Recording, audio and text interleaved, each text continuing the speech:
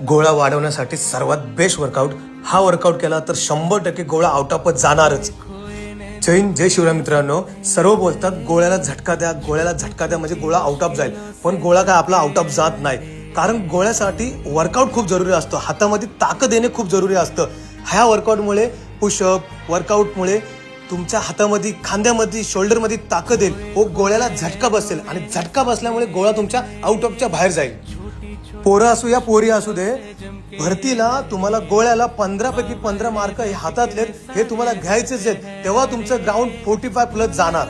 आपली प्रहारची पोरं proper workout करत आहेत. तुम्ही बघू शकता, पोरं पोरी दोन्हीही तेवढा सेम वर्कआउट घेतला जातो, पोरांचा पण आणि पोरींचा पण. म्हणून तर आपल्या मुलांचा, सर्वांचा गोळा जास्तीत जास्त आउट ऑफ आहे. नवीन मुलांना थोडा गोळ्याला वेळ लागतो, पण जर हा वर्कआउट केला तर त्यांचाही गोळा 12 मार्काचा आणि लवकरच 15 मार्काचा म्हणजे आउट ऑफ पडणार. गोळा ही इव्हेंट अशी आहे की त्यामध्ये सेल्फ कॉन्फिडन्स वाढतो. गोळा जर आउट ऑफ गेला, आपला आत्मविश्वास वाढतो आणि ग्राउंड चांगलं पडतं. पोरांनो, जर गोळ्याचे मार्क तुम्हाला पाहिजे असतील 15 पैकी 15, तर आठवड्यातून एकदा, दोनदा, तीनदा असा वर्कआउट करून बघा. नक्की गोळ्यामध्ये फरक पडणार 100%. पोलीस होणं सोपं असतं तर प्रत्येक जण पोलीस झाला असता.